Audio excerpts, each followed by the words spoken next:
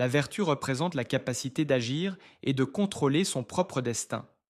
Posséder cette qualité, affirme Machiavel, conduit à la véritable grandeur.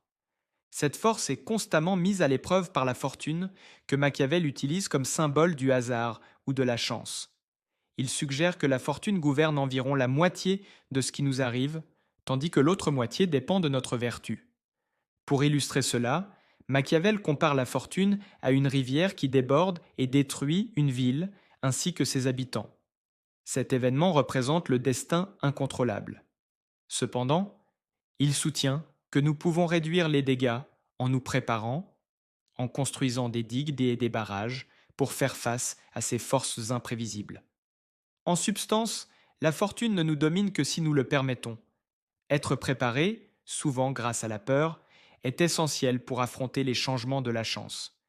Il met en garde contre le fait qu'une stratégie efficace aujourd'hui peut échouer demain, car la fortune est imprévisible.